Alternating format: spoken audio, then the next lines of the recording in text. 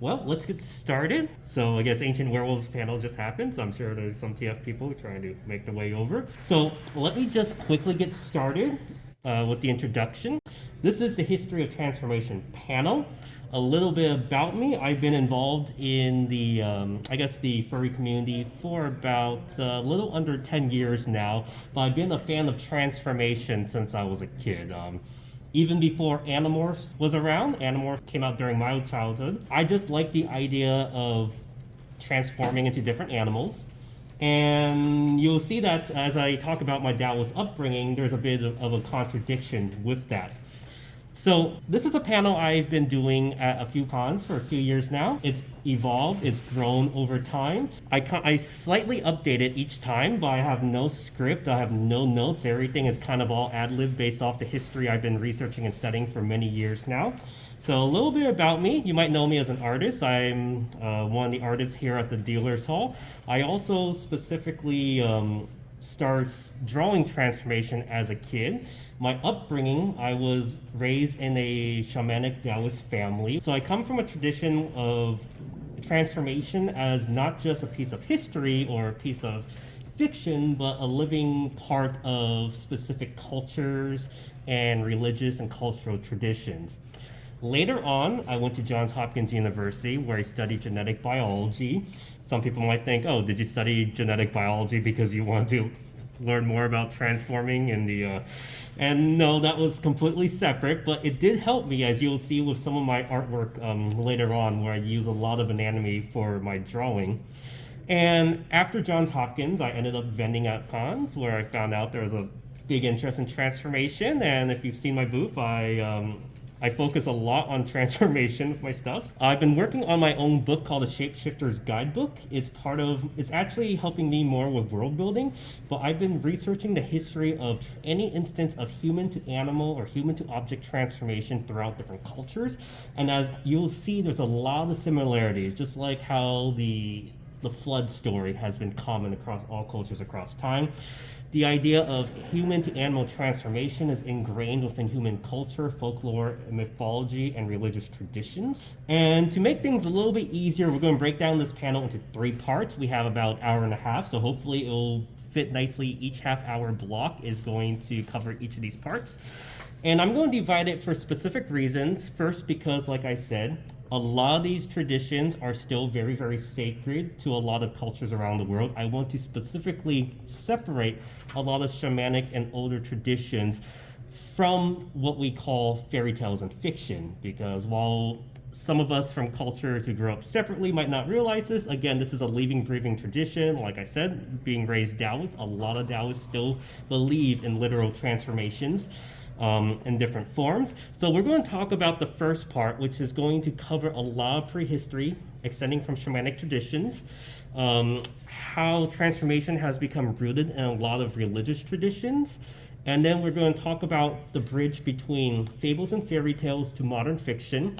In modern fiction, we're going to cover transformation in the form of cinema, comic books, novels, and TV shows. And finally, we're going to end with tropes, which will look at tropes within the furry fandom specifically. We'll talk about how transformation has evolved into its own unique subculture within the furry community. And we'll look at different artwork and show how transformation is done in different art mediums. So these are the 3 periods we're going to kind of cover in this book. In this panel, so let's begin. So first, ironically enough, I do 2 panels about transformation. This is the one I normally do, just about human to animal transformation, but I also do another panel called Transformative Art. So if you notice my Twitter handle, Transformative, it's 2 meanings because I like the aspect of transformation, but I like the concept of transformative art. And where these 2 different fields with the very similar title kind of unite is at its roots with shamanic traditions. Every single culture has had its own form of the shaman, the witch doctor, the healer, the medicine man, or the medicine woman, who were the most important people of their time and traditions. So if you go to Siberia, to North America, if you look at Mayan traditions, different Tibetan traditions, even the Druids, Africa, every single tradition has its own form of shamanism. Now, to break down shamanism, I kind of like Alan Moore's definition of how shamanism has kind of become the prototype for almost every single modern profession. The early shamans were the most important people of their culture, tribe, or civilization. In fact, people like Alan Moore would argue that it's because of the shamans we actually got the advent of human civilization through the specialization of labor. But before the specialization of labor, the shamans were the most important people, because not only were they the advisors to the tribal leaders, the chiefs, and the kings, they were also the original doctors, the original psychologists, the original therapists, the original religious priests, the original scientists, the original storytellers. Now, the important roles for the shaman were to tell important moral lessons onto the people, onto the king, onto the leaders that must be passed down from generation. So we have this type of generational storytelling where shamans would take important tales and pass these stories down throughout time. And each time these stories are told, they are literally transformed. So this is where we get one type of transformation. Now, the other aspect of shamanism is what we now call animism, whereas being in touch with the spiritual side of nature. Now, we kind of have a mixed modern context about this because of filtering through a lot of Western cultures, but even today, there are still a lot of shamanic traditions that still have the animalism in their roots. Now, depending on which culture you go to, there's very, very different definitions of what this is. But from my Taoist tradition, for example, is getting in touch with nature and being one with nature and the animals, understanding what we now call the life force, which is translated as qi, throughout nature into the force. And to understand nature means you have to be in tune with nature, which means you can inhabit different natural bodies and spirits. This is where we kind of get the concept of animal spirits or body jumping, astral projecting, but every single shamanic tradition does have this at its kind of roots. So there's these types of shamans, but there's also negative types of shamans. And we're going to have to separate these because if you look throughout the history of transformation, you have the negative types of shapeshifters and the positive shapeshifters. So when we move more towards the negative side, you have what are called evil shamans, but we have evil shamans that have been, again, a common theme throughout almost every single culture. These are separate cultures, separated through time periods, separated by distance. But a lot of commonalities that you see with these evil shamans are that they will use their powers for evil, specifically their powers to transform oftentimes into a predator, oftentimes at night. And their main thing at night is to either eat another person, consume flesh, consume blood. But when you basically boil down all the different translations, it's essentially consuming someone's life force. So we'll see this throughout. In fact, we might be able to link the history of vampirism, which is a completely separate trope, if we want to call it that, but the roots of vampirism and these evil shape-shifting shamans kind of have very, very similar roots. So you go to Somalia, and we have Werehyenas, which we're going to talk about a little bit later, who transform at night by rubbing themselves with a stick and normally dig up graves and consume human flesh. You have oftentimes evil or harmful witches, which are a very, very common trope in Latin American cultures and countries, where they would go out at night and consume the human's life force. We can even think of succubi and incubus as a form of this, even though they're not shapeshifters, but it's a very, very common trend that we start to see a lot. After we go through the shamanic period, we have transformation as basically the ability of the gods. Most people say the gods should be before the shamans. Well, people like Alan Moore will argue, well, it was the shamans who basically transcended and created the ideas of the gods through their stories. And this is where we get what we now know as classical mythology. So again, a broad definition because it spans many different time periods from India to Greece to Latin America.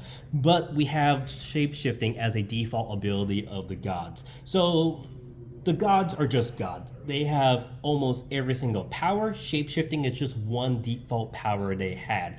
It wasn't anything anything more unique than flying or super strength, but you had the ability to shapeshift, and oftentimes shapeshifting would come in the form of trying to go and spy on humans.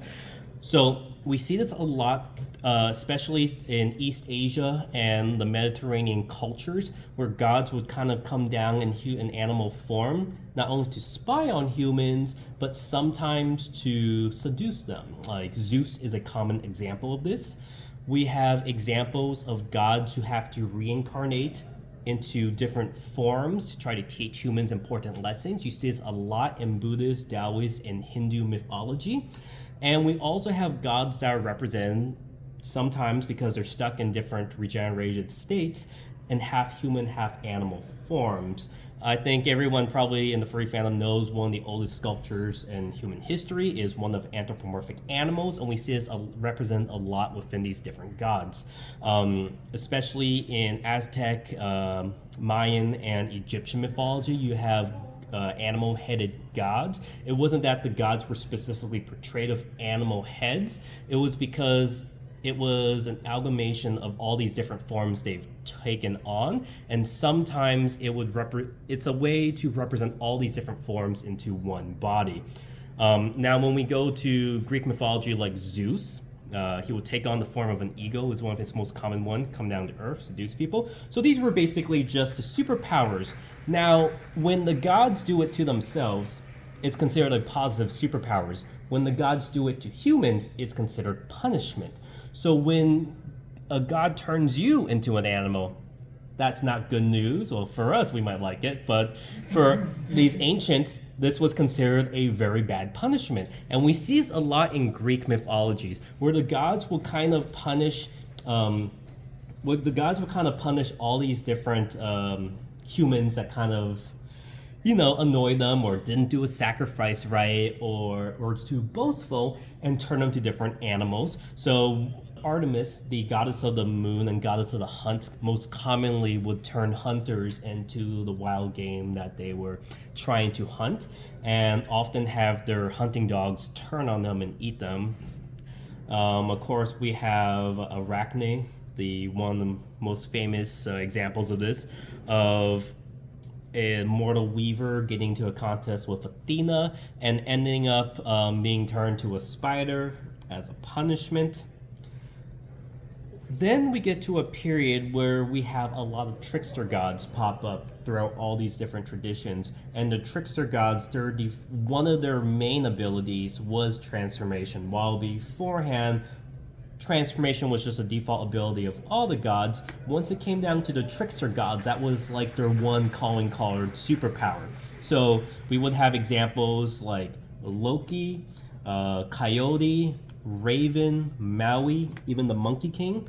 All these different trickster gods, often demigods, who would kind of come to Earth and play tricks on not just humans, but on different gods, turning to different animal and in some cases inanimate object form. Now, as more and more of the monotheistic religions start to overtake a lot of these traditional traditions and pantheons, so we have the Abrahamic faiths in Africa and Europe kind of spreading, then we have Buddhism kind of spreading east. A lot of these old shamanic traditions were then replaced by these new monotheistic faiths. And since in most of these religious traditions, you no longer have vast pantheon of gods, you only normally had one supreme being, the role of the shapeshifter trickster gods then kind of got passed on to the fairy folks or the fae or the fairy creatures, which are common throughout Eurasian traditions. Specifically in Europe, you would have sprites, brownies, hobgoblins, kobolds, though they aren't the little dragon ones we kind of think of now from the D&D games. They were actually little gnome-like creatures. And they were basically all these different sprite-like creatures were kind of short, little, dumpy humans who would just kind of play tricks on people by turning to different animal or object forms. Oftentimes you have house sprites who would basically live and inhabit a house. They would sometimes do chores around and hide as a different animal or object around the house. If you treat them nicely, they'll do chores for you. you didn't treat them nicely, they'll throw dishes around and break things. This is also where you got the concept of the changelings, where in some cases the sprites would kind of take on the form of a human child, abduct the human child, and basically replace that human child. And this is where we get the concept of changelings a lot. We even see this happening up into even modern times of parents who think that their child is not their child because they were actually another creature that was abducted. You can even see this as the root of some alien abduction stories. In fact, if you hear stories of fairies abducting kids from this period, they sound very, very similar to alien abduction stories that we hear of now. In East Asia, we have very, very similar type of creatures. So we could think of the nine-tailed fox and the tanuki as examples of this. In fact, they have their own category. In East Asia, a lot of these fairy folk descend from the Chinese tradition of the Yaoguai, which has been translated in many different forms. So you have one definition, which is a literal translation, is strange creatures. You have strange ghosts, demons, and also the traditional, like I said, fairy and sprites. This tradition started to make its way to Vietnam and to Korea, and eventually from Korea to Japan. This is where they became known as yokai. And of course, the most famous ones we have are the tanukis today, and especially the nine-tailed fox, which we're going to have its own separate definition. But in a lot of these traditions, like I was talking about the life force and chi, this is where we get two different types of categories. Right now, they're kind of jumbled into one category right now. They aren't specifically evil or good, it just depends on intention. But we have a lot of different creatures who would want to try to absorb human chi. So let's talk about the East Asian definition of reincarnation. So in most East Asian traditions that were especially inspired by Taoism or Hinduism or Buddhism, to eventually get to heaven, you have to be in a human form.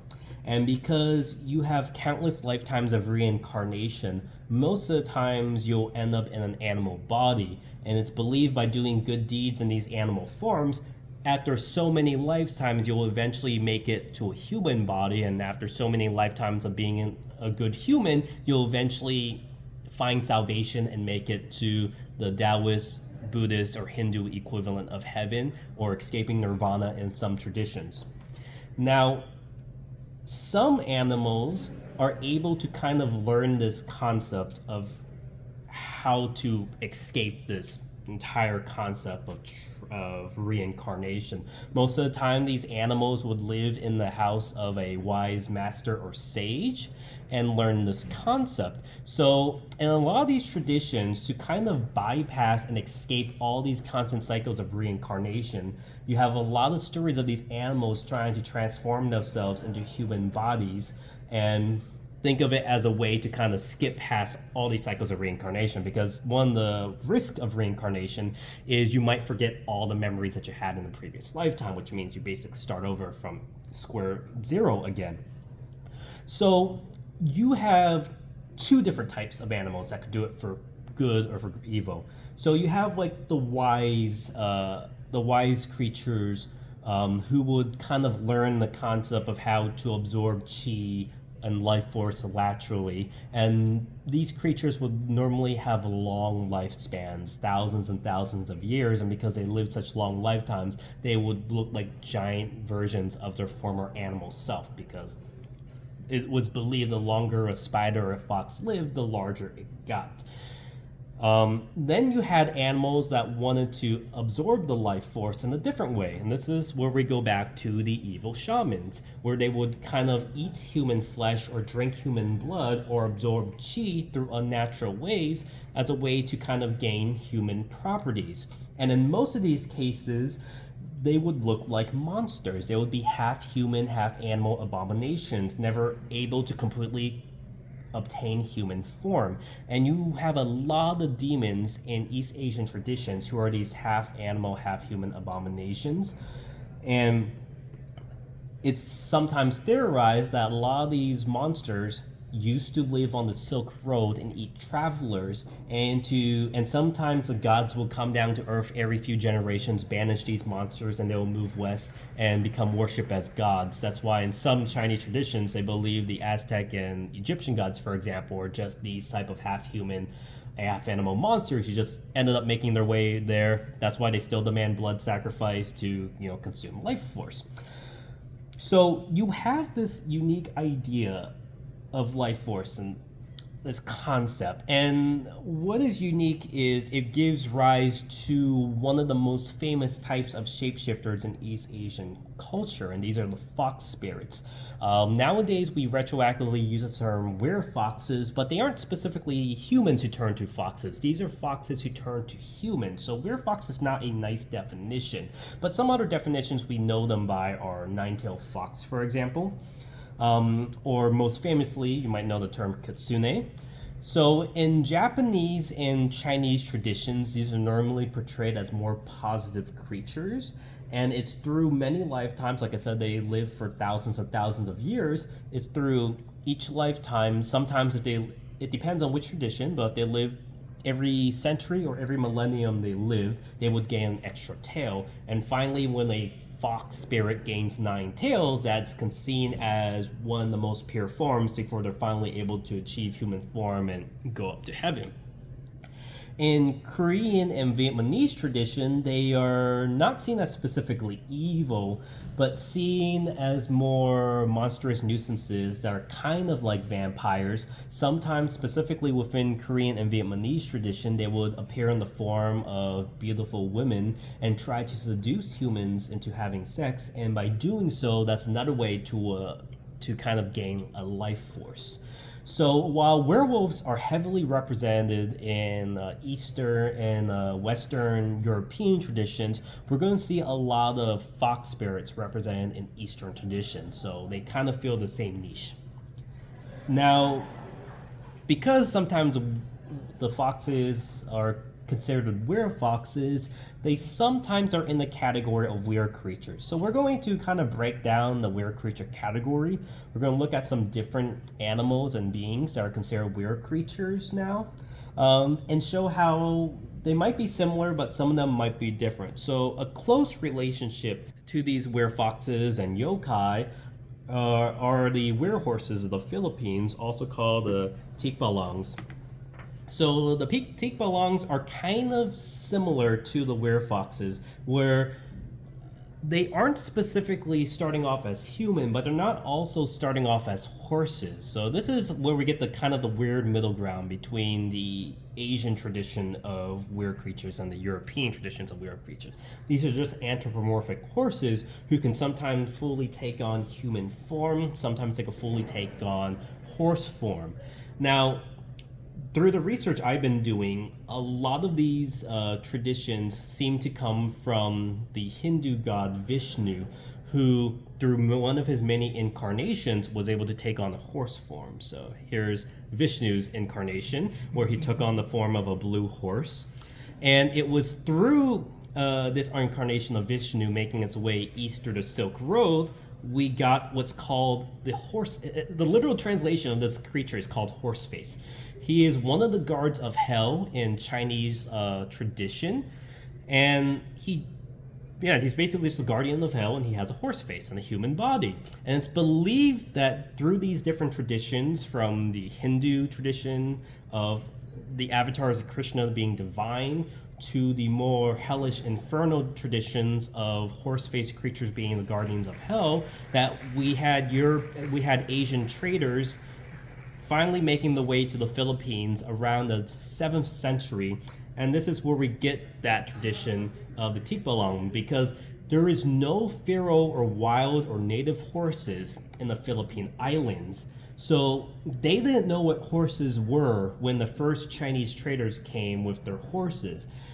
And it wasn't really until the Spaniards came centuries later that they actually got to see what horses were again. So it's this weird period where they saw horses initially, didn't know what horses were, and now they're seeing horses again. So we get this weird concept of the werehorse coming from the Philippines. as we start moving more west, we start seeing creatures that become more and more familiar to us, to what we see with the modern day werewolves.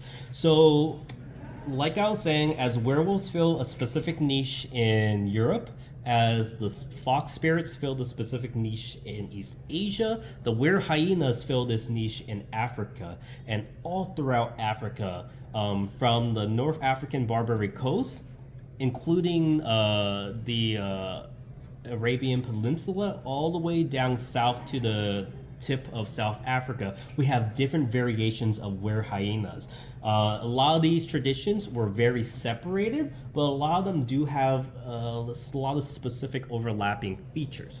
So the Werehyenas are often seen as negative creatures. So unlike the Werefoxes, where they're mostly seen as positive, we start seeing the Werehyenas seen as a more negative creature, and this again connects back to the evil shaman traditions or the evil witch doctor traditions.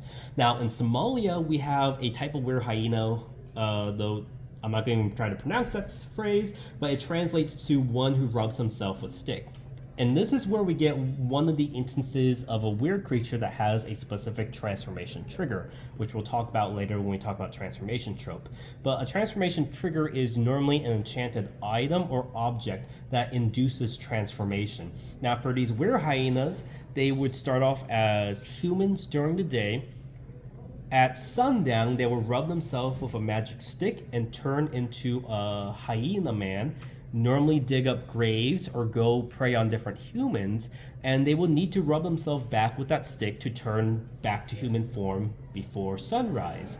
And I'm not sure, I haven't seen any specific tales about this, but it's interesting because there could be chances where if this Werehyena was not able to get their stick in time before the sunrise, they might be stuck in that form. Now, I haven't seen this in these traditions, but I think it's an interesting trope that we have adapted in a lot of modern day stories, as we'll talk about later.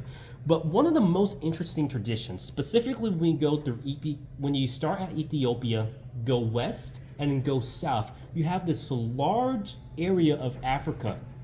Even though the Werehyenas have different names throughout these different diverse tribes, they're almost always connected with blacksmiths in Central Africa, and I think that's really fascinating. So the idea is if you are from a family of blacksmiths, you're also a Werehyena. That's like one of your default abilities. Now, this could be taken in a positive or negative light. So, for example, when Ethiopian Christians were persecuting Ethiopian Jews, they would often associate Jews as being Werehyenas because most of the Jewish families were also the blacksmiths' families of that time period. And then when you go even down south, you have different types of Werehyenas. So here's one that I drew. Where I tried to take it based on very close to how they would portray them, where they would have the elongated limbs, more anthropomorphic, larger than a regular hyena, but still have the hyena features. So you have, and especially if you look at medieval artwork, you'll see a lot of drawings of hyenas digging up graves. This might also come from the idea that Werehyenas would dig up graves during the nighttime. And what's interesting is when I was actually a student at Johns Hopkins, when I was working at Barnes and Nobles, there was like a period where there was 2 Werehyena books in the kids section at the same time. I always thought that was kind of fascinating. So yeah, Werehyenas hopefully are making, because I would love to see more Werehyena stories because we have too many werewolf stories. It's time for the Werehyenas to have some fun.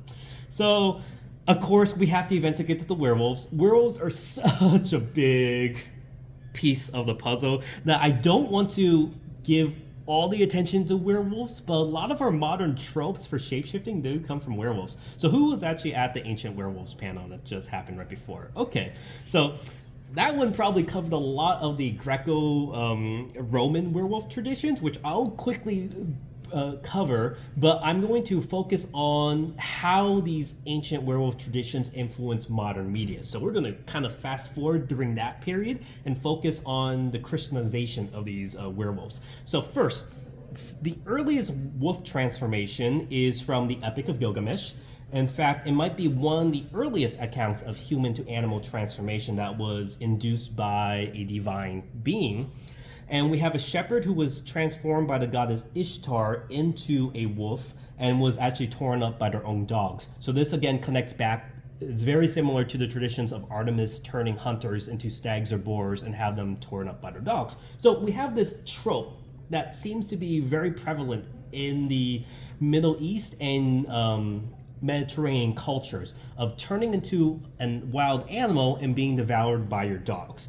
And of course, most people, and this is where in my Shapeshifter School novel and comic series I'm working on, I like to track what we now know as the modern werewolf to this specific legendary king, Lycaon, who was the king of Arcadia, who the story goes, he wanted to test the divinity of Zeus, not believing Zeus was an omnipotent, omnibenevolent being. So he killed one of his own sons. He had a lot of sons. He had like 50 sons. So for him, I don't think it really mattered. But he killed one of his sons, served him to Zeus during a festival held in Zeus's honor, and instantly Zeus knew, okay, yeah, you just killed your son for me, and as punishment, he turned him into a wolf. And this is where if you look at a lot of modern mythology and modern stories, a lot of people, like how people trace a lot of vampires to Dracula, a lot of werewolf fiction like to trace werewolves to this specific Greek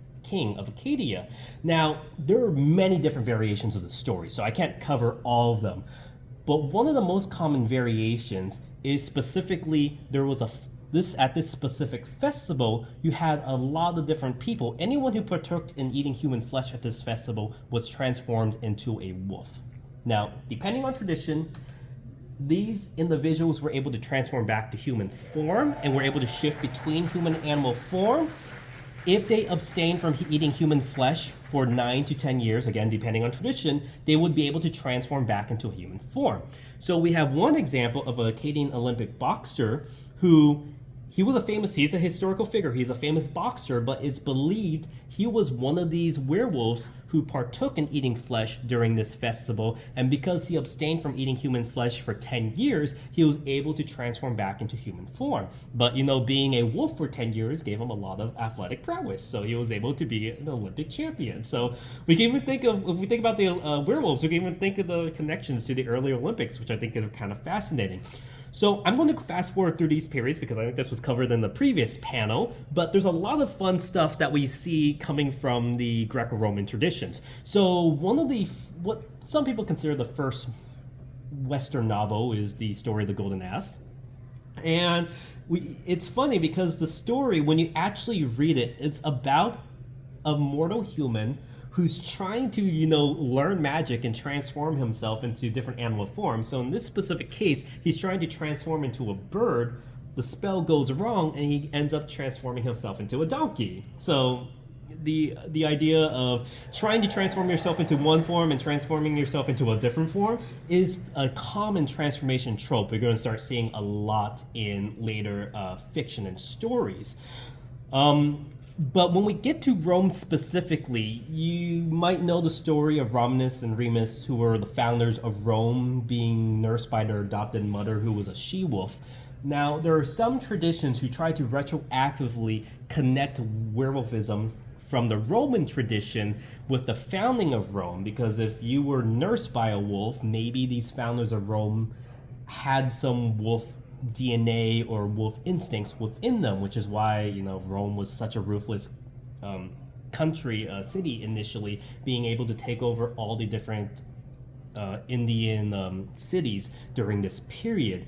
And we get a lot of Roman shapeshifters. You have stories of werewolves in the Roman legions. I think one of the funny stories, one of the friends of a Roman soldier noticed his friend was just like randomly stripping his clothing off, and then he just transformed into a wolf and just ran off into the woods. And it's just a random story, but it's like, oh yeah, my friend just stripped naked and just ran out into the woods and turned into a wolf. That's a thing. So we have a lot of these Roman shapeshifters. Now, what's interesting is this starts clashing with the Celtic traditions. So when you look at the Germanic tribes, the Celts, and then later the Norse traditions, you start seeing the skin wearers or the berserkers, which we'll talk about a little bit later. But let's quickly continue with the wolves, because there are some interesting types of werewolves that come after the the Romanization of Europe. Specifically, once Rome adopted Christianity as its main religion, werewolves were kind of considered, wolves were kind of considered negative. So you remember we have the witch hunts that were very prevalent throughout Europe during this time period. Well, werewolf hunts were also a common thing. So talking about werewolves, okay, there's a lot of stuff here. So let's talk about the Irish werewolves first. So one of the early stories talk about when St. Patrick came to proselytize Christianity to the different tribes of Ireland. One specific village he was preaching to started howling at him to try to drown out his preaching. So depending on which story you go by, either God or St. Patrick, using the power of God, transformed all these Irish pagans into wolves. And it's believed that these wolves were stuck in wolf form every 10 years. Every 10 years they could transform to human form, or every 10 years they would transform into a wolf. Now, it's believed a lot of these stories of pagans being turned to wolves is where we get the negative perception of wolf transformation in Christianity. Now, in the Geography of Ireland by Gerald of Wales in the 12th century, he actually talks about an interesting encounter where a priest in Ireland randomly encounters a talking wolf in the woods one day. And initially he's frightened by this wolf talking in human tongue, but after the wolf starts talking about the Bible and God, he becomes curious, and he finds out this wolf is actually descended from those people who were cursed by St. Patrick, and that his wife is dying, but his wife is still stuck in wolf form, and he's begging this priest to give his wife the last rites. The priest comes to the house and he sees, yes, the wife is still in wolf form, and it actually enters into this theological query. Is it blasphemous to give last rites to an animal, or because this individual is still a human under wolf skin, can we still perform last rites? Now, it doesn't answer the question in this case, but it leads this interesting theory out of, can you do this? And we're going to talk about how early Christians kind of justify werewolves later on. But let's finish with the Irish werewolves. So we have another, outside of Christianity, you have some Irish traditions. This specific kingdom here in the southern part of Ireland is believed to be ruled by kings who descended from a legendary shape-shifting wolf warrior who would carry out raids similar to Viking raids, where he would go a wolfing and basically take on wolf form and basically attack a lot of the English armies who were trying to colonize Ireland around this time. Now, let's go back to the Christian werewolves. So, werewolves were kind of considered, it was believed werewolves, a lot of these people during this time period believed werewolves to be real creatures. And that had some questions when Christianity ended up being adopted by the Romans, because it was believed that only God can transform the physical form. So a werewolf would not be able to transform to a human form on their own free will. Even with the powers of Satan or evil, a werewolf should not be able to transform between human and wolf form. So this leads into some interesting conclusions that a lot of these early theologians had to debate. One, werewolves were a punishment from God, where it was oftentimes seen as collective punishment, where a community of people would transform to wolves, like we were talking about with the St. Patrick and the Irish werewolves, as a form of collective sin. And in this form of sin, they still retain their human thoughts. That's something that we'll see is interesting, because sometimes we see these werewolves instantly lose their human ability to think and become completely feral. In this case, God can transform the physical body into a wolf, but the soul is still human and the mind is still human, which is why there are some theologians who debate, yes, you could give last rites or baptisms to a werewolf in wolf form because they are still human under that skin. And in some stories, after they receive their baptism or last rites, the wolf skin falls out and you see a completely nude human underneath. The next type of werewolf, the next type of justification for these werewolves are you can only turn to werewolves in spiritual form. So you can't physically turn your body into a werewolf, but at nighttime, your soul could take on the form of a wolf, and that's where all these werewolf stories are coming from. Werewolves attacking sheep, werewolves attacking villages. These are spiritual werewolves who are either cursed humans or sinners who are acting out these evil thoughts. Or the third conclusion, werewolves are divine holy creatures blessed by God, because if only God can transform the physical body, then these werewolves must be holy creatures, which contradicts a lot of these werewolf hunts that are happening around this time.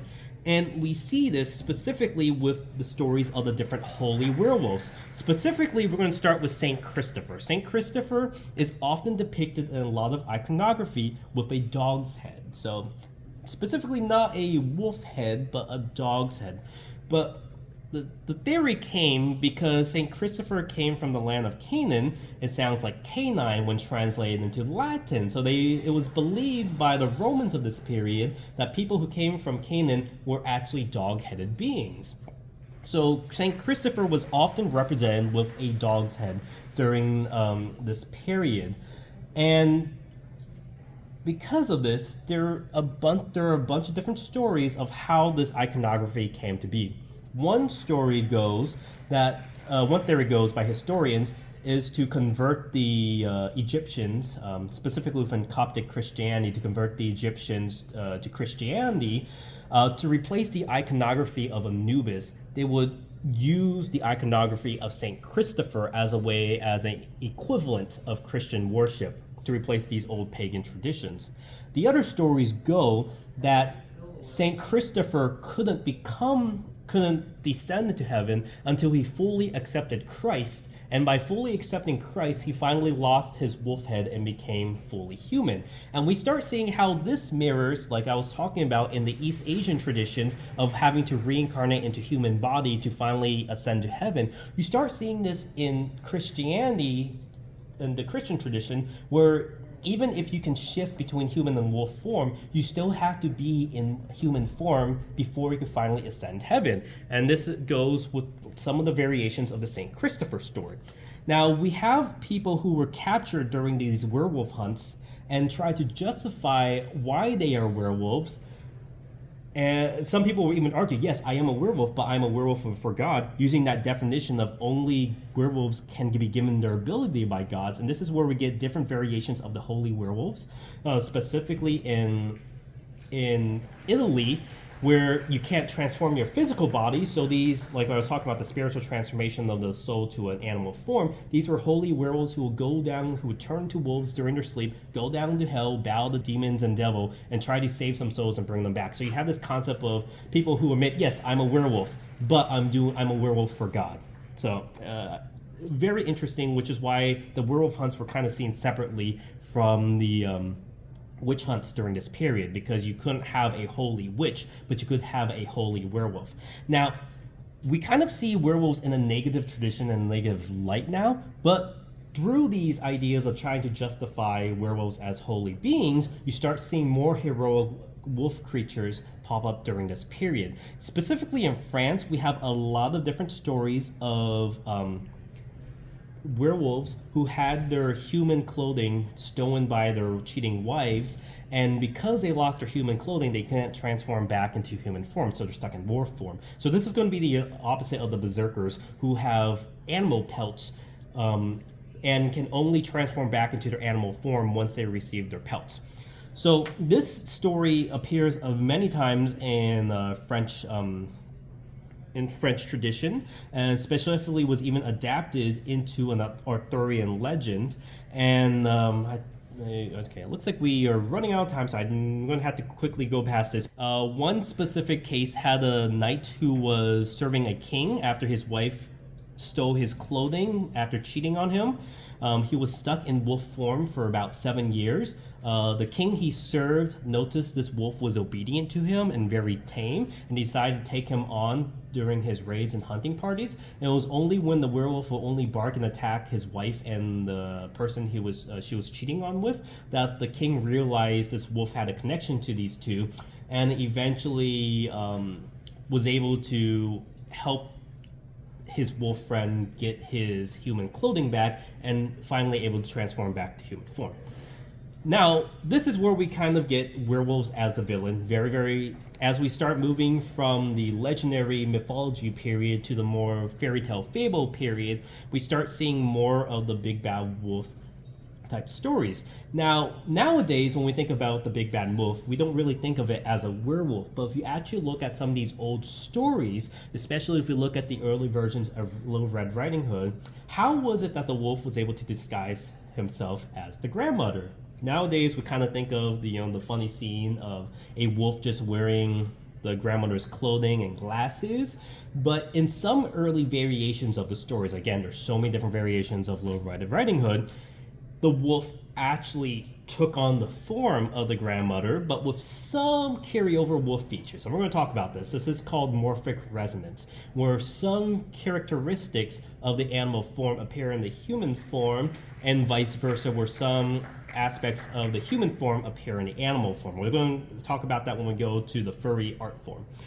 But the Big Bad Wolf story appears many times: Peter and the Wolf, The Boy Who Cried Wolf, The Three Little Pigs, and of course Little Red Riding Hood, where we have this negative perception of the wolf. And I also want to kind of quickly point out that Dracula might be considered a werewolf as well, and he might be considered one of the first werewolves who had his transformation induced by moonlight. So when we think about werewolves transforming under the full moon, that's more of a modern conception. We don't see this represented in a lot of the old stories. Now, it might be there symbolically, as in the original wolf transformation story with Ishtar. She transformed him, the shepherd, under moonlight.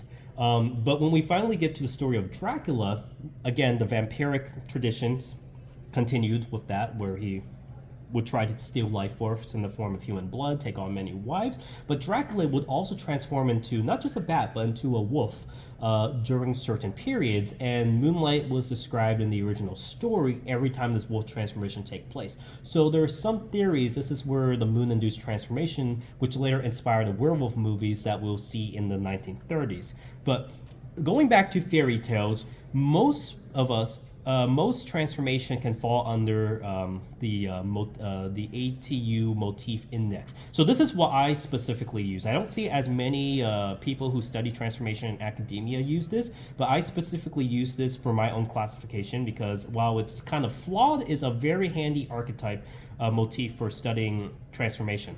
So in the ATU motif index, it was developed by three different scholars of trying to classify world fairy tales and folklore into one giant continuum. It's basically how we see the hero's journey as described by Joseph Campbell. These scholars are trying to describe all these different motifs and tropes throughout different cultures in this motif index. So when we go to, for example, if we want to talk about werewolves, it will be under this classification. Category D are all the stories that involve magic. When you go to D0 to D699, this involves all types of transformation magic that is based around transformation. Then when we go to 100 to 199, this is specifically human to animal transformation. Then D113 is specifically human to canine transformations. You go further, so 113.1 is human to wolf transformation, and then D113.1.1 is periodic transformation, which is where we get werewolves. So most transformation stories and tales can be retroactively classified in an index similar to this. And during this period, a lot of transformation stories appear in fairy tales. Of course, we have the Frog Prince, we have Beauty and the Beast. And this quickly leads us on to the next type of transformation I quickly want to cover. Again, these are all different types of transformation stories, but we have what I call the skin treading transformation. Some people might use skinwalkers or skin wearers, but that's a Navajo tradition, and I don't want to conflate the Navajo tradition, which is sacred to them, with this motif that we keep seeing in East Asian and Western European traditions. So specifically, I'm going to use the term skin shedding transformation for this. So this is where we talk about the Norse berserker, which I was mentioning earlier, which were believed to be Viking raiders who, if they wore the pelts of bears, could transform into a bear form. Taking off these pelts, they could transform back into human form. it's believed that these berserkers descend from Germanic Celtic traditions where you have people who could wear the skins of wild boar and transform into boars, or the skin of wild wolves and transform into wolves. So I'm surprised this story hasn't been done yet, but if I have time in the future, I might do it. But having the skin wearer Celtic wolves versus the Roman werewolves might be a fun story. Two different wolf shape-shifting cultures clashing in Germania during this time period. Now, what's interesting is within this tradition, we have the animal bride motif. Going back to that motif we were talking about earlier, we would have a lot of stories of male humans seeing a beautiful woman bathing in the pond, and her animal skin is off to the side. Oftentimes, if she put on this animal skin, she would transform to a swan, a crane, a seal. This is where we get the silkies from, or a fox, and they will run back into the animal form to the wild. And oftentimes, this human would, if they catch this bathing woman again, would steal the skin, prevent them from turning back to human, and force them to stay in human form and marry them, take them all as a wife. Normally, this husband would hide the animal skin in a chest under the bed. Sometimes he would procreate and have kids with this animal bride. But eventually, the wife will eventually find her skin. And after she puts on her skin, she leaves the house, and all the kids transform to animals and leave the house with them. It's a very common motif. So what's interesting is it's most common with bird shape-shifting traditions. So in Western Europe, you could, if you look up swan maidens, most of these animal brides are swan maidens, where these are swans who would take off their feathers, transform to animal form, and the same story goes. What's interesting is in Japan, you have the crane wife, which is a very similar tradition, but in this case, it's often the crane wanting to help repay someone who saved them. Normally, it's a crane who was trapped in a net. A human male would save them, goes back home, sees a beautiful woman helping cook for him, sew for him, and she would often sew these beautiful silk cloths and allow him to sell them in the market and fetch a lot of money, though her sewing techniques will always be kept in secret. And it was only after the husband barges in one day and actually sees a crane taking off her feathers and sewing them into clothing that he realizes, oh, I married the crane I saved. And at that point, the magic is lost and she has to leave and they can never be united again. So two different variations of a very, very interesting theme across two different cultures. Now, another type of transformation motif that we start seeing develop in a lot of these traditions is the transformation chase or the transformation battle. If you see Sword in the Stone, where Merlin was battering Madame Mim, that's a perfect example of this. But you often see stories of, oftentimes it's an apprentice trying to escape a wise wizard or an evil witch who abducted this apprentice as a child. And this apprentice is trying to escape, oftentimes in the form of prey. So he tries to escape the house as a mouse. The witch or the sorcerer would transform into a cat and try to chase them down. Then he jumps into the river, transforms into a salmon or trout. The master would transform into a shark, flies in the air, transform into a swallow. The master would transform into a hawk, so on and so forth, until oftentimes this is where me as a lover of inanimate transformation sees the bad of inanimate transformation. The student or apprentice would oftentimes transform themselves into a grain of wheat or some inanimate object that's easy to hide, and the master would turn themselves into a chicken, peck the grains of wheat, eat them, and there you go. Inanimate TF ends with war. So that's how the story ends. If you saw the new Puss in Boots movie recently, everyone loves Puss in Boots. You might forget that the original Puss in Boots story actually had them battling the ogre, which is why actually Puss was introduced in the second Shrek movie, because only Puss in Boots could defeat ogres. And how did the original Puss in Boots defeat the ogre? Well, the ogre was also a shapeshifter in a lot of these early traditions. He could turn into a dragon, a lion, and elephant. And Puss, to try to trick the ogre, was like, oh, you could transform into all these powerful forms, but can you turn into something as small and simple as a mouse? And the ogre's like, I can turn into a mouse. Once he transforms into a mouse, the cat goes and eats him, and there you go. That's an easy way to defeat it. Again, transformation battle that ends with war. That seems to be very common during this period. Now, so I almost took a complete hour to talk about the first part, so I'm going to quickly go through modern media, and then hopefully we have time for the last part. But let's go back to werewolf, since that's where a lot of people like to go. Werewolf movies started becoming popular. So the first werewolf movie was in 1913. It was just called The Werewolf. But the one that popularized a lot of the modern tropes of werewolves was Werewolves of London, which was made in 1935. This is one of the first instances, well, there have been some retroactively dated, but this is one of the early instances of a werewolf bite being able to transmit the ability to turn into werewolf. You rarely see this in a lot of the older myths.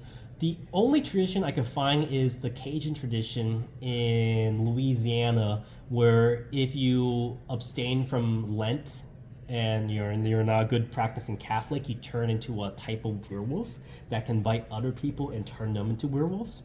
But this is one of the earliest examples where it was codified as a ability to transform, and moonlight causing a transformation is also where this was also solidified, this specific movie, Werewolf of London. Now, in 1941 is when we get the most popular image of the werewolf, the Wolfman. So most transformation to werewolves during this time period, unlike the Werehorses or the Werehyenas, which were half hyena or half horse, half human forms, most wolf transformations up to this period were transforming their human body into fully feral wolves, all fours. They might be bigger than a normal wolf, but they were still on all fours and have anthropomorphic forms. Now, because there's this early cinema and movie magic was very, very, hard during that period, the only way to accurately represent someone turning to a wolf is through prosthetics. And of course, since you can't have someone looking completely like a wolf, this is where you get the half human, half anthro form of the wolf that we associate with modern werewolves. And this specific movie is also where we get the weakness to silver, which is a trope that was really only introduced during this period. Now again, people go retroactively update earlier werewolf stories and try to add moonlight, transmitting lycanthropy, and weakness to silver as a thing, but really when we look at the history, it was only during this period where a lot of these tropes started being solidified. Now during the golden age of cinema, we also have the golden age of comics, which after World War II gave away to the silver age of comics. So I'm just going to mash a bunch of different entertainment mediums together here, just so we can quickly go through them. But the silver age of comics is also solidified with a bunch of hokiness and silliness. This is where we get a lot of the silliest versions of Batman and Superman and Spider-Man, for example. But animal transformation was often a really common theme in these early, silver age Superman comics, and this is also where we get a lot of shape-shifting superheroes. So we have Beast Boy, for example, and the Wonder Twins from the cartoon series, and this is also where we get the idea. I notice this as an interesting trope that the shapeshifter of the group, if there's a group of superheroes, you almost often have one shapeshifter in a team of superheroes, and the shapeshifter is always the comic relief character. Look throughout almost every single superhero team, it's always the shapeshifter who's the comic relief character, which I also found interesting. Marvel recently has been updating their superheroes. So of course we have Good Boy, who's I like this one's a female human who transforms into a male werewolf. We have the new Kamala Khan Miss Marvel series right now on Disney Plus, but since she was elastic, she could also transform her body into different shapes. In some of the earliest comics, she could take on animal form. And we even have this new a human who could turn into different dinosaurs in one of the newer Marvel comics. Unfortunately, these characters never last more than a few issues, so they don't really stick, which is really, really sad because I would like to see more of these characters about. But going back to cinema, for some reason, shapeshifters in cinema is dominated by canine transformation. If it's a horror movie, it's oftentimes they turn into a werewolf. If it's a silly slice of life comedy, they oftentimes turn into a dog. And it's always canines. It's either you're a dog or you're a wolf. There's like no in between. So it's really, really weird that transformation is shoehorned into these two vastly different categories. So Shaggy Dog is a perfect example of the more comedic side, and of course all the different variations of werewolves. And this is also during the period where we get the idea of puberty inducing the transformation. So both in Shaggy Dog and Teen Wolf, for example, the idea of teenage puberty inducing the transformation becomes very, very common. And this is where we see it carry over to a lot of modern fiction as well. Going back to the dog transformation, for some reason there's like a period where almost all the stories are human to dog transformation stories. In fact, this story has been translated so many different times. The Dog Days of Arthur Kane. Again, Wish Gone Awry, he turns into a dog. And we see this motif happen many times within a lot of the kids' fiction during this period. Wolf is another example of a boy who turns into a dog. And this one's actually interesting, the Max, Me, and the Time Machine, where two kids go back in time. One of them ends up in the body of a knight, the other kid ends up in the body of a horse. Interesting enough, all these works also were adapted into one live-action movie, one live-action TV show, Wolf was. I think it spanned for about 6 seasons, and kind of like Doctor Who, had like 3 different kids play the role of the titular characters, and always transform into a wolf. I kind of like the opening credits where you can see the sneakers on the dog form, so this is where we get some form of morphic resonance. A lot of fun adventure stories happen around this time. And again, a lot of kids fiction. It seems all the unique transformation stories happen in kids fiction around this time. Whether it's witches, where we have the witches turn the humans into the kids into mice. And for some reason, we got 2 fish transformation animated movies like during this period. So, that's a thing. Then in the 90s, when we had the straight to VHS series, you had a lot of people, I think it was an intentional way to try to knock off Animorphs. You had a lot of straight to VHS home movies of kids turning to animals, and they're not as good as they look like on the cover. Like, this movie has David Bowie, but this scene never happens in that movie. That would be cool, but this didn't happen. And we have Shapeshifter here as well, which was supposed to be a knockoff Animorphs. There's barely any transformation in the story as well. Kids fiction, like I said, a lot of kids' stories also involve transformation, and for some reason, there was also a lot of bug transformation during the 80s and 90s, which continued on to the modern day. During the 90s, I think in 90s and early 2000s, we got some of the best transformation stories. Specifically, Animorphs, I think, was the one that really started a trend. You had the Shapeshifter, which kind of, I think, was really trying to copy the Animorph thing, but tried to do its own separate take. Both of these were separate series, and there's actually a new German shapeshifting story that hasn't been translated into English yet, that I haven't added to this panel yet, but I want to include it. But 90s animation also had a lot of shapeshifting stories. So Street Sharks, we might forget, actually involves a lot of transformation as well. People might forget Dino Squad. That's another one where people transform to different animals. So I'm going to quickly go through these because we have a lot of time. But if you actually look through your childhood, you might notice almost all the stories that you liked and TV shows you liked had some form of shapeshifting. So of course we had Beast Boys, but then we had American Dragon, which was about a kid who could turn into a dragon. Almost every single episode of Magic School Bus, even the modern day Magic School Bus, involved transformation. And one of the most popular animated shows of that time period, Ben 10, you might forget, is technically a story about transformation. You could transform all these different alien forms. And like I was saying about the idea of every time you have a team of superheroes, the gag character, the shapeshifter is always a gag character, a comedic relief character. Well, this seems to happen a lot in a lot of anime and cartoons during this period as well.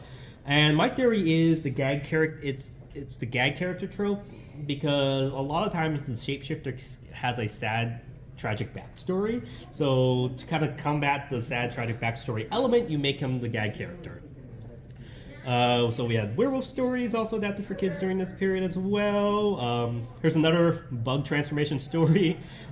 This is one that one of my friends who works in a library introduced me to lately, Class Critters, which is a series about kids turning to different animals in each book. Switch is also very similar to that as well. And of course we have to go all the way back to Japan where we talk about anime, because anime has a lot of transformation there.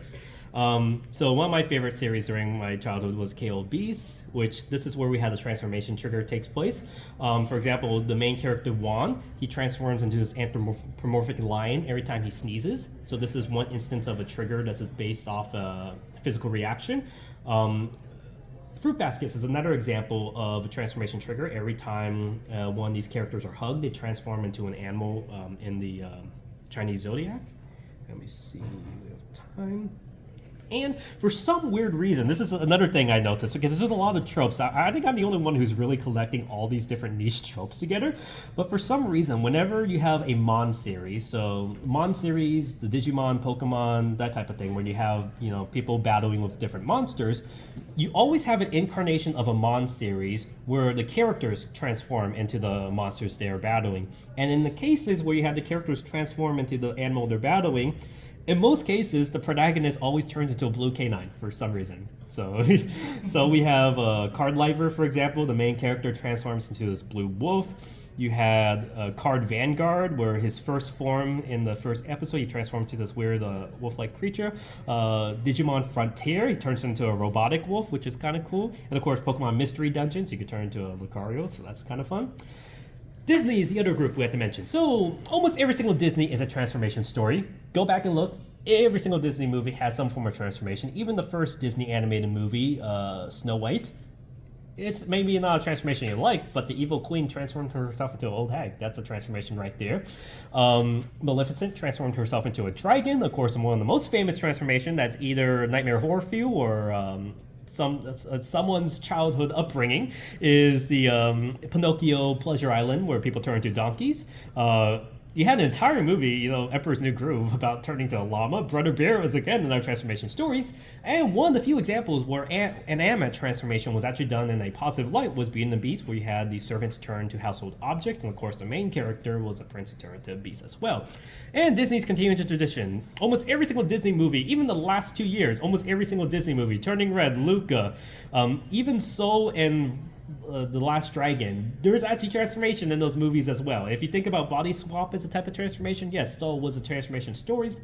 One thing I need to note is, unfortunately, for some reason in modern day, a lot of these transformation stories involve black protagonists, and it's because we live in a horrible racist society where people don't want to see black protagonists on the screen, so let's make our black protagonist a frog or a cat for most of the movie. So unfortunately, it's a sad trope where it's a black main. If it's a black main character, he's transformed into an animal. We can see that new Will Smith movie where he was turned into a pigeon for most of the movie. It's like, that's actually kind of cool that he turns into a pigeon, but again, it's a harmful trope that keeps on popping up again and again. So hopefully we'll move beyond this, because there's a lot of fans who are African fans who love TF. So hopefully it doesn't become a harmful trope and we can move past this. But unfortunately, it's dominated the last decade. Going back to Luca, I really like this scene in the end credits where you have Luca sticking his hand into the fishbowl so you show his classmates a transformation. And I really love the scene where he's posing in his form. Like this is something that you could see, if you go on Furry Affinity, you see artwork similar to this, and I think it's funny that Luca also include this. So now we go to the modern day. We go to the furry fandom. A lot of transformation was born out of webcomics. If you looked at webcomics between the 90s and late 2000s, a lot of transformation webcomics. In fact, there's so many transformation webcomics. I think TV tropes have its own subcategory of this transformation webcomics. So they are everywhere. I can't go through all of them. Some of the artists of these webcomics are actually in the dealer's den, so make sure to check them out. But because of the popularity of these webcomics, one of them actually involving a shapeshifter was adapted into was actually collected as a graphic novel. We started seeing a lot more graphic novels involving transformation. So we have Mooncakes and Witch Boys, which are two modern examples. Oftentimes they're done by First Second or Scholastic's comics imprint. So transformation actually makes sense because it's an easy way to represent coming of age. So like we saw the early Shaggy Dog and Werewolf stories where puberty is what brought on transformations. We could see transformation as a coming of age stories on a lot of these more modern stories. In most cases, there are female protagonists who are queer or lesbian characters or trans characters, and it's a great actually way to represent trans issues or queer gender issues in the form of animal transformation, which is why we see a lot of queer creators using transformation in this type of outlet. And of course, we have adaptations of earlier transformation stories in the modern day being readapted into graphic novels. So like I said, the aforementioned Witches and the Animorph series have recently got graphic novel editions. And specifically in Witches, I like this specific page where you had the boy turn to a dolphin, this girl would turn to a hen. Parents were heartbroken, but at least now they had fresh eggs every morning. And for the few inanimate TF lovers like myself, I like that this kid was turned to a statue and just ends up being used as a coat rack for his family. All right, so when we go into more furry fiction, we could see the early, so all the fiction we just covered from the ancient traditions all the way to the modern media transformation falls under 3 separate categories, and there's some theories about these, my theories of why these different stories appeal to us. First, we have the curse situation, and this is more seen as this is often seen in horror fields type stories. So most situations where a transformation is a curse, it's a horror story, or it's a submissive story where someone is taking on a submissive role. The opposite of that is where transformation becomes a power fantasy. So this is where we get the powerful werewolves and superheroes who can transform to large forms. For example, the Hulk, for example. You might not think about it. The Hulk is also a transformation superhero who has his own transformation trigger. Getting angry is his transformation. This goes into the power play fantasy of transformation. And the last one, which I think a lot of furries are interested in, is the escapism aspect. So I talk about escapism a lot in a lot of my panels, but escapism seems to be the main factor of transformation in the furry community, which is why you will see more stories and comics involving escapism than you see the first 2 categories. These first 2 categories dominate modern current mainstream media, while escapism seems to dominate a lot of furry art and culture. So let's break it down. So let's look at the different artwork that the furry community has produced lately. We're going to talk about the different types of transformation artwork, and then I'm going to talk about tropes I developed, and then talk about my own comics that I've used some of these tropes in. So again, I studied genetic biology at Johns Hopkins University, so I kind of took my anatomy lessons and classes and used them for some of my old artwork. So here are some pieces I've done recently where I tried to draw an anatomical transformation of a human hand into a paw. Here's one where I showed the skulls and the head transformations. Here's where I overlaid the skulls with the human faces as they slowly transform to the wolf body. We could see the elongation of the skull here, the cranium right here. And we also see the shifting of the eye sockets, where the eye sockets are pointing outward. But once we get to the canine form, the eye sockets are actually pointed to the side. And we also see the nose, which has the nose as we know it is actually made of cartilage, so we actually see the nose as more indented inward, especially when we get into the wolf form. Now, I use these anatomical drawings that are more realistic and apply to more cartoony form. So I draw in a bunch of different styles. So here's closer to more realism stories that I use for my tarot cards. This is more my cartoony drawings that I do, and you can see what I'm doing here in all these 3 cases is what's called sequence transformation. So sequence transformation is when you have in one picture, you have the human form, the final animal form, but also a midway point form where you combine the human animal shape together, and you have some of the carryover features. So here are some sketches I did of a weirdeer. So you can kind of see where I was trying to sketch the different formattings of the eyes and face. Here's one where I did of a werefish. So this was kind of fun, just to try a werefish transformation right here, where I tried to make his hair represented in the fin right here. And so let's look at the sequence transformation first. So this is my friend Curious Red Fox. You can see himself transforming himself into a Jolteon. So again, human form, midway transformation form, and final form. So this is where we kind of get the most common type of transformation artwork, heavily inspired by the Animorph book covers where we see the sequence transformation take place. Here's one of my examples of drawing myself turning into a Lycaon plushie. So you could see a lot of common elements. One, you have looking at your features as a transform. So you see this in a lot, and like 90% of all transformation artwork is someone looking at their hand turning into a paw or something. So you can see I represented this transformation here, and the eye is on the paw the entire time. And this is where I show the baggy clothing, and the final form we have the clothes to size ratio, which you're going to start seeing a lot in transformation artwork. So there's 2 types of final transformation forms. If someone turns into an animal that's smaller than their normal self, they're normally consumed by all this baggy clothing. If someone turns into a form larger than themselves, like if they turn into an elephant, then normally all the clothes is bursting off them. Here's another study I did. This is a gift art I did for a friend where someone's turning into a sea lion. And you can see I also tried to draw the different angles, focusing on the head, trying to keep the shape and nose formed, and also trying to draw a study of the flippers. So this was about 3 years ago when I drew this one. Here's another one I did on my D&D character, transforming into a deer. You can see a lot of the features carry over, the hairstyle carry over. This is what we call morphic resonance. So morphic resonance is when you have features from one form carry over to the animal form. In most cases, it's human features carry over to the animal form. So in this case, I have freckles in the hair and the eye color carry over. You see this a lot in clothing transformation, that involves clothing. So if someone's wearing glasses or wearing a bandana in their human form, oftentimes when they get to their animal form, they still are wearing that bandana or their glasses. So here's one of my good friends, my old roommate, drawing mid-transformation. So this is the next step. So if you don't have time to draw the whole sequence, most people kind of get lazy. So I just want to draw one stage of this transformation. So how do you represent transformation and don't want to draw a sequence? Well, you focus on the mid-transformation. That's the easiest way to represent the transformation. So mid-transformation is very, very simple. You exclude the first two steps. You know that center part of the Animorph book cover that people crop out and post on Twitter and say Nightmare Horror Fuel? Well, that's basically mid-transformation. It's the Nightmare Horror Fuel section of the center. So this is a good example of my friend Ikran. She drew this, and you can see her horse form transforming. You can see this unique take on the hooves. We can see the fingers still in the hooves. And this one tells a full story. So right now we could see what the transformation trigger is based on this glowing enchanted object. So we know this is what's causing the transformation. We have the glasses. Again, glasses are always a nice touch when you draw a transformation kind of falling off the face. And like I said, when you turn to an animal larger than yourself, you have the bursting clothing.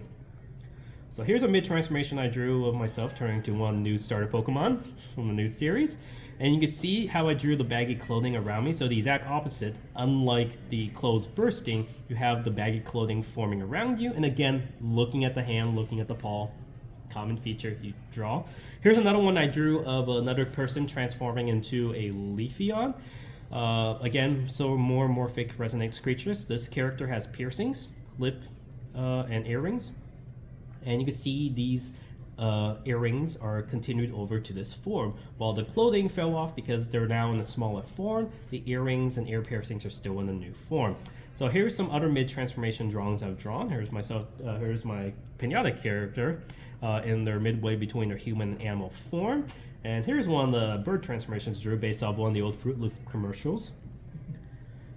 And here's some more sketches to do. It's another one of my D&D character halfway transforming into a wolf. You can see staring at their paw. And this is a quick sketch I did of someone transforming halfway into a tiger. Depending on which step you want to do, it depends on how close you want to get to human form. So here's 3 different weirdeer I've drawn over the last 2 years.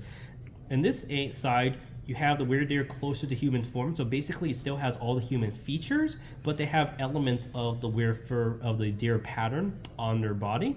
This one's a more halfway point where you have features of both the human and animal form. And this one is a purely anthropomorphic deer in the final form. So most people then would like to draw the post-transformation. So post-transformation, again, very simple. You look at the Animorph book cover, you take the very last scene, and that's it. That's where you're going to focus on. Post-transformations are a little bit harder to convey that's a transformation, so you have to introduce a lot of narrative elements to show that's a transformation form. So right here, we have both the clothing and the torn pants on this character. So this is my friend Sketchy Mouse. And you could see that this clothing does not fit this animal. So we could have a theory about that. It's because this person was previously not a donkey. This person was previously an animal. And you can see that because this person saying, oh, it's not a problem, is it? And now fumbling with all these different, artifacts. So based on this picture alone, this artist provided all the elements you need that this person was previously a human who now transformed completely into a donkey. You have, again, the glasses, the clothing, and all the different elements. Here's one where I drew the final stage of that Pokemon transformation, where I'm trying to walk in the new Pokemon form, trying to walk on hind legs after being a human and turning into an animal that's normally on all fours is another common element people do with Trolls transformation, because instantly you're going to try to walk on your hind legs, not understanding you have to walk on all fours, and while you're distracted, oops, you're captured by someone with a Pokeball. So fun. Here's another one I did for the Year of the Tiger. It's technically still Year of the Tiger, even though everyone's preemptively celebrating the Year of the Rabbit. The Year of the Rabbit is technically in 1 week, but since it's still Year of the Tiger, here's one I drew. You can see ripped clothing. This person has freckles. I had the freckles continued on this form. This person has earrings. The earrings continued on this form. This person also has hair highlights continued on in this form. And you have the tattered remains of the clothing and shoes, which are continued onto their animal form as well. All right. Here's some other post-transformation artwork I've done. So here's one where the clothing is completely torn. This is one of my more cartoony werewolves I use for all my transformation potion products. You can see the clothing completely torn. Here's one where we have inanimate transformation, where we have a sequence and then, oops, the final form. The band-aid is the carryover element for this character. And here's another one where the baggy clothing is around the final form. And this is where we get to the next type of transformation artwork we commonly see in the furry fandom. This is called photo manipulation artwork. Very, very simple. You basically try to take a picture of a human and try to mash it up with a picture of an animal. So we see in both cases, this person, this artist friend of mine, is trying to show their transformation into a snake. I'm not sure if it was intentional or not, but this character has braces. And you can see the braces still on this form. As you'll see later, I have a snake character who also has braces. And you see this one has a more human form, but hints and elements of the shark form.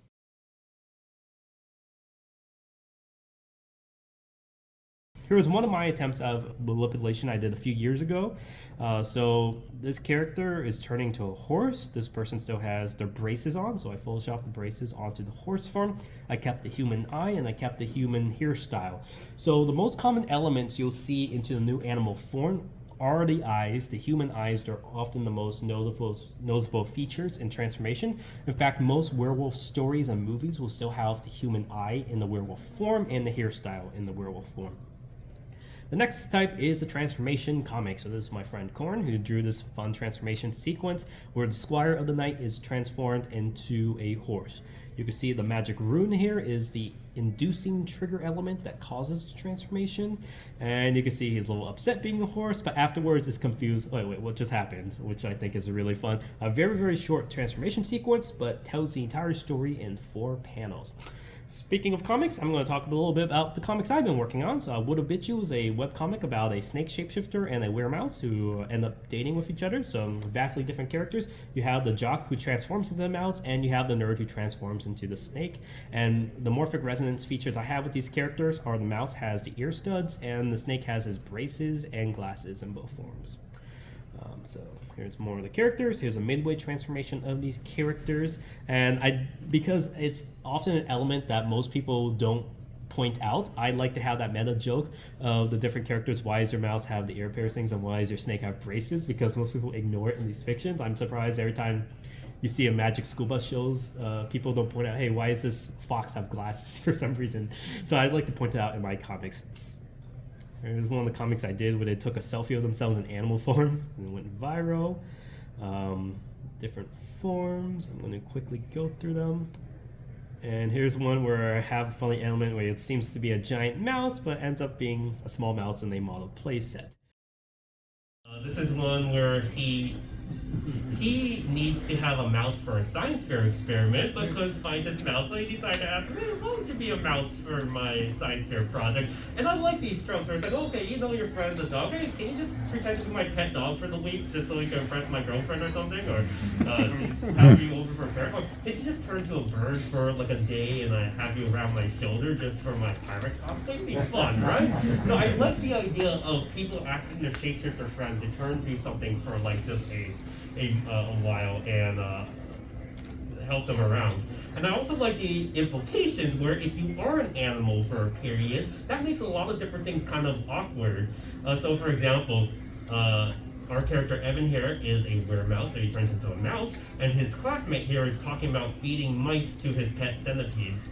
And so, of course, that completely freaks him out because he's a mouse, but this classmate doesn't know that he's a mouse. He can turn into a mouse, so this completely scares him. I also like that there's a lot of cutesy implication that you can do with animal form.